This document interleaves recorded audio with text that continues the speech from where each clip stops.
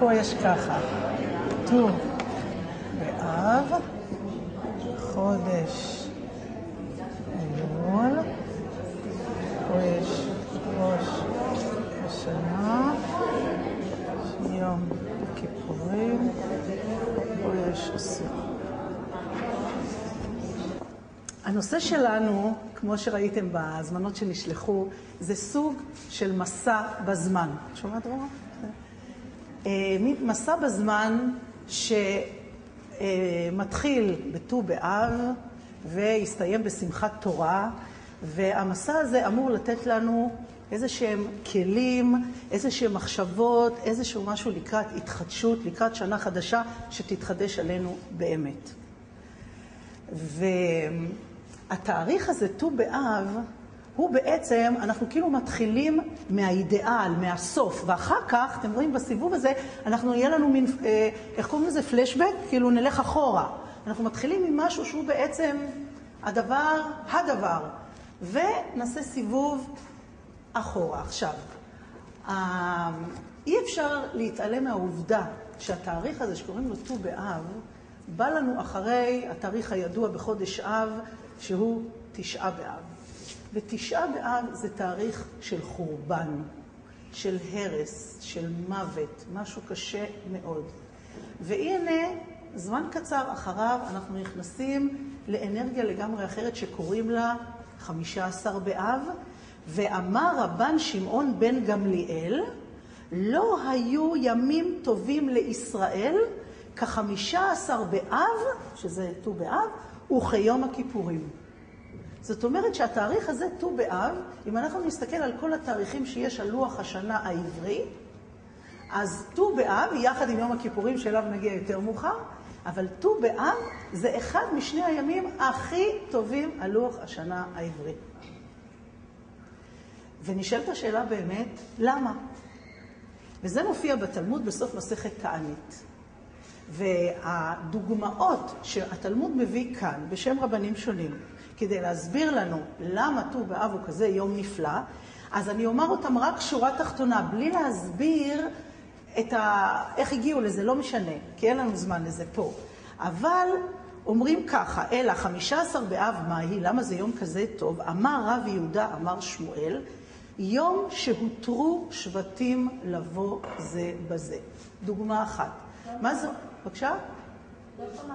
יום שהותרו, הותרו שבטים, היה מותר לשבטים לבוא זה בזה. מדובר כאן בסיפור של בנות צלופחד, שאחרי שעשו תקדים משפטי והותר להם לרשת את אביהם, למרות שהם לא גברים, אז הם פנו למשה, משה אמר, אוקיי, בסדר, שאל את אדוני, אתם יכולות לרשת רק בנות, אבל אתם לא יכולות להתחתן עם אנשים שהם מחוץ לנחלה שלכם, לשבט שלכם. זאת אומרת, בכל זאת זה חסם.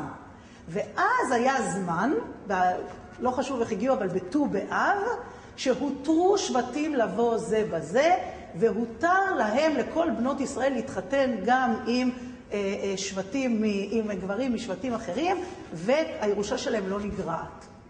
אז זה הסבר אחד. אחר כך למשל, אמר רב יוסף, אמר רב נחמן, יום שהותר שבט בנימין לבוא בקהל.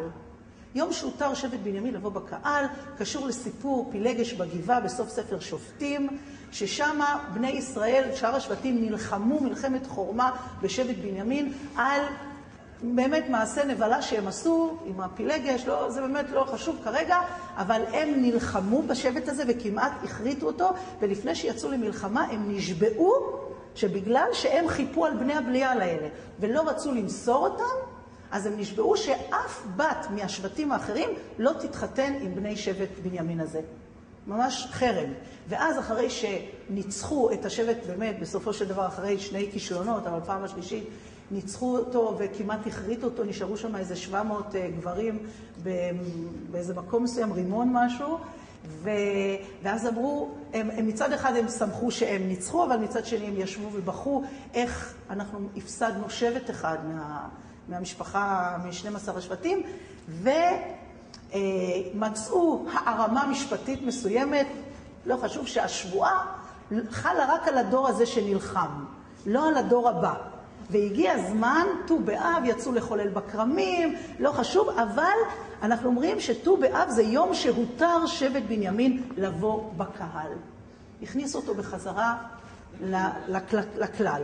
ואחר כך אמר רבא בר חנה, אמר רבי יוחנן, יום שכלו בו מתי מדבר. זאת אומרת שבט"ו באב הסתבר לעם ישראל שנגזר עליו להסתובב 40 שנה במדבר, בגלל שהאמונה שלהם בפרשת המרגלים התיירים ממש פרחה באוויר, התעדתה. אז אמרו, נגזר שהדור הזה שיצא ממצרים צריך למות במדבר עד ויקום דור חדש.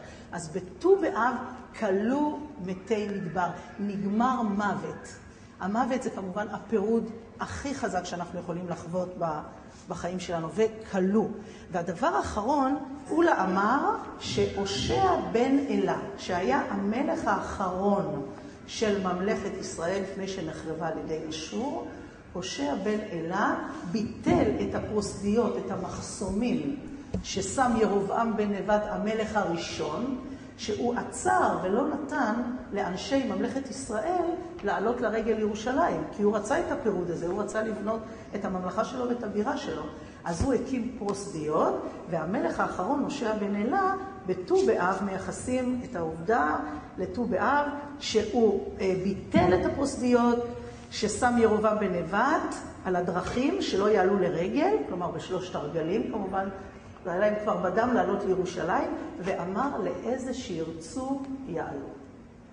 אז אם אנחנו מסתכלים על המכנה המשותף שיש לכל המקרים שקשורים לט"ו באב, שזה יום שהותרו שבטים לבוא זה בזה, יום שהותר שבט בנימין לבוא בקהל, יום שכלו בו מתי מדבר, ויום שביטל הושע בן אלה את הפרוסדיות ואמר מי שירצה לעלות שיעלה, אנחנו רואים שהמכנה המשותף הוא האחדות. שמה שהיה קודם בפירוד, בניתוק, בניגוד, ט"ו באב זה תאריך שחיבר. ומה חיבר? חיבר ניגודים. אז ט"ו באב בעצם, על פי המקרים האלה, מסמל תאריך של אחדות של ניגודים. וכמו שאמרנו בהתחלה, אחד משני הימים הכי טובים שיש לעם ישראל בשנה, זה יותר מיציאת מצרים, זה יותר מראש השנה, זה יותר מסוכות, זה יותר מפורים, מה שאתם רוצים. זה יום שמסמל את האחדות, את האחד. עכשיו, הרעיון הזה של אחדות הניגודים, למרות שכאן מדובר על עם ישראל, ויש לנו דוגמאות מהחברה ומהלאום, מבחינה של חוק רוחני בחיים, בעולם, מה שחל במקרו, זה אותם חוקים גם למיקרו. אם אנחנו אומרים שהאחדות של ניגודים וחיבור בניגודים ושונות זה דבר טוב, לא רק טוב, הכי טוב שיכול להיות, אחד משני הימים הכי טובים, הכי טוב, זה אומר שזה גם נכון בחיים האישיים שלנו. שכל מקום שבן אדם מרגיש כאילו, או אולי זה לא כאילו, הוא מרגיש תחושה של פירוד, של ניתוק. ומה זה תחושות של פירוד ושל ניתוק? כעס זה ניתוק, ופירוד, וקנאה, וכל הרגשות והאנרגיות האלה שאנחנו מכירים יוצרים פירוד.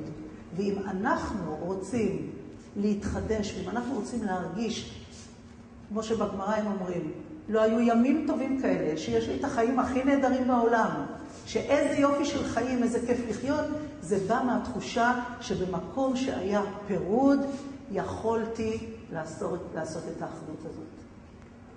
אז לכן אמרתי שאנחנו מתחילים את המסע בזמן הזה מהאידאל, מהדבר הכי טוב. אבל אנחנו יכולים לשמוע ולהגיד יופי, הכל נורא יפה, נכון, אנחנו מבינים. אבל איך עושים את זה בעצם? וחוץ מזה, זה קשה מדי, זה לא בשבילנו צדיקים, מה אני צדיקה, מה אני... למה מפילים עליי תיק כזה? הכל בסדר ככה.